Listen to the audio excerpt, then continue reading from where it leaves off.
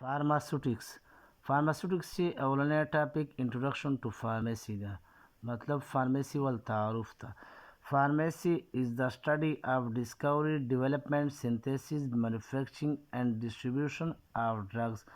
Pharmacy چې موږ drugs وال discovery, development, synthesis, manufacturing او distribution study کوو.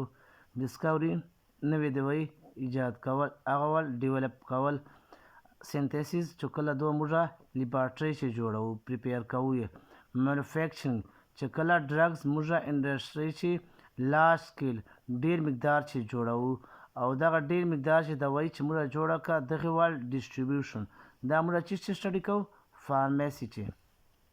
دوم ډیفینیشن: فارمیسي is the art and science of extraction, preparation, formulation, dispensing, packing and pricing of drugs. فارمیسي یو آرټ هنر ده، ساینس یو ساینس ده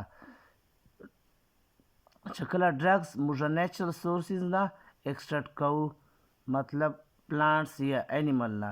پریپریشن دو چې کله موږ لیبارټري چې له انډسټري چې جوړو.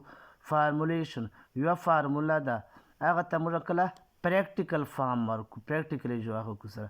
ډسپینسینګ چې کله موږ ته میډیکل سټور چې یا فارمیسي چې پرسکرپشن ایسي ډاکټر وال پیشنټ نه هغه مطابق موږ هغو ته میډیسن چې ورکو.